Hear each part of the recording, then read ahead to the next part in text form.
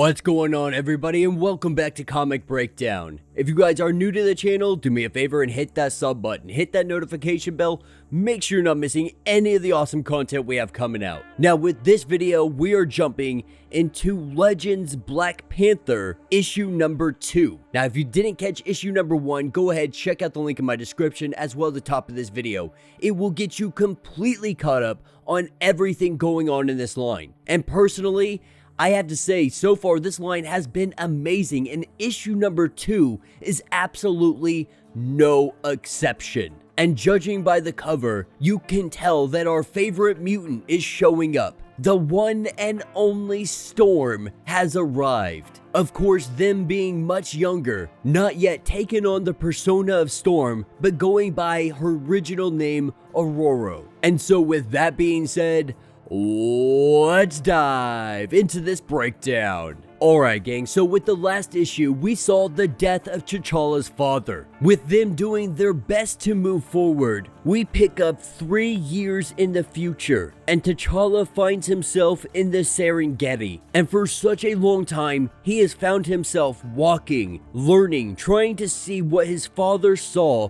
when he made this journey. And as days turn to night, he does his hunting. He falls asleep in this cave as he is cooking some food, only to have some individuals come up and they steal this food from him. Awaking from his sleep, realizing that all of his stuff had been stolen, he goes chasing after them. And it doesn't take long for him to catch up with them. Seeing them fighting over the food over a fire, he lets them know that that belongs to him. But what T'Challa did not know is that there were some mercenaries following in close pursuit behind him. And they come up behind him with their guns drawn, letting him know that the wolf said that he is to be locked away. They are going to keep him as a prisoner. That is, until the nation of Wakanda pays them a handsome reward. And then, and only then, will T'Challa be cut loose. Now, of course, he is not going to say okay with this. He's not going to put handcuffs on. So he's going to make sure that they do this the hard way.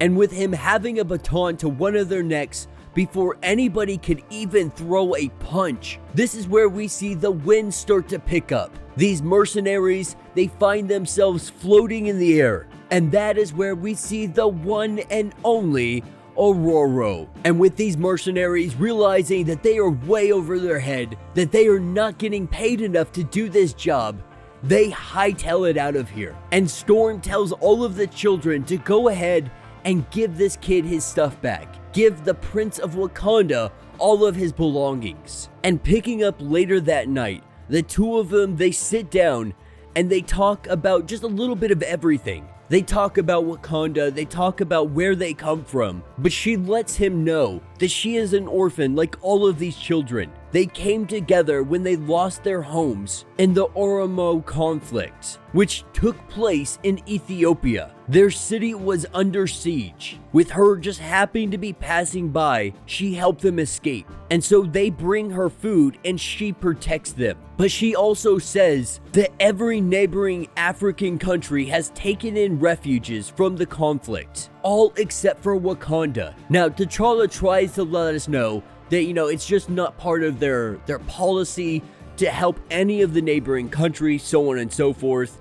It's so that they stay away from invasion and devastation. But at the end of the day, they're not helping anybody, and people are out there suffering. And so she simply cannot find any kind of middle ground with his plight. But nonetheless, these children, they offer for him to stay here, even though they do not have much, even though this is more of a rundown hut than anything else. They offer it to him with open arms. And so realizing that he can spruce this place up a little bit, we pick up the next day and he starts chopping wood. With all of the kids helping him out, they start building this place better. Picking up 3 weeks later, he starts working on the well, getting them fresh water so that they can have something to drink more easily. And what we see is in just 3 weeks, their well was fixed. They built clean living quarters for the kids, and cleared out all the rubble. They are already calling him Big Brother, and imagine what he could do in 3 months. But what we are really seeing form here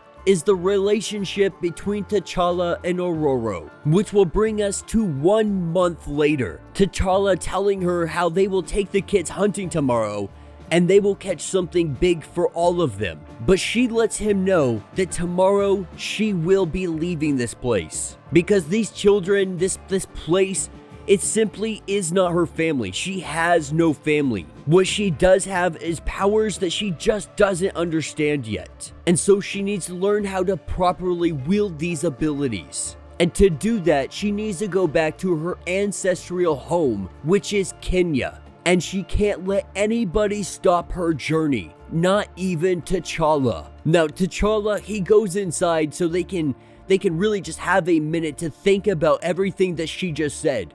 But when he goes inside, this is when he sees Shuri. Talking to him through his bracelet, we see a hologram projection of her show up, letting T'Challa know that he needs to come home and he needs to do it quickly because something is going on with his brother Hunter. With Hunter in charge of the special forces to maintain the peace after Father's passing, Hunter has just gone too far out of control. He's using these forces to cause unrest in the countries surrounding Wakanda. He thinks making other countries weaker will make them stronger. And with Hunter having spies absolutely everywhere, there is nothing that she can say. There is nothing she can do without starting an all-out civil war. Because as it stands, Wakanda, they still haven't recovered from losing T'Challa's father.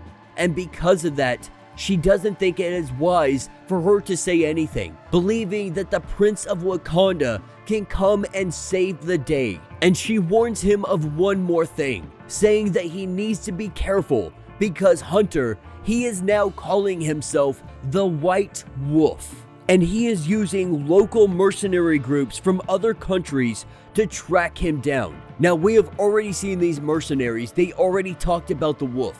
And so with Shuri going, we see Aurora walk into the room and she sees Shuri on this bracelet, a hologram projection, only making her believe that all of the rumors, the myths, the flying cars, all of those ideas, they must be real, they must be true. But T'Challa lets her know that he has to go, that it is far too dangerous for him to stay here. And of course she gets mad about this, saying that he's acting like a typical Wakandan, abandoning other Africans to attend to his own matters. And he has to ask her that you are leaving as well. What makes what you and I are doing any different from one another? Because at the end of the day, we both have such great strength. We have to move forward. These children will learn the same lessons one day, but both of them have a duty, and he's starting to understand exactly what his father found when he went out on this journey. But that's exactly it. This is not the end of his journey. T'Challa was always going to have to move on,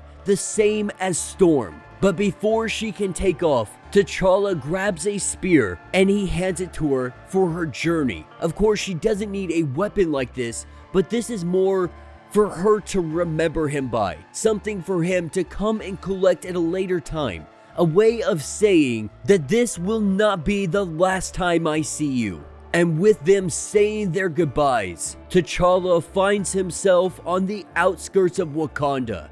And now the battle begins. And that will be the end of this issue. So let me know what you guys think down in the comments. I really enjoyed this issue because this is where T'Challa is truly learning how much Wakanda can help the other nations. How much they haven't been helping the poorest around them when they are living the richest lives possible.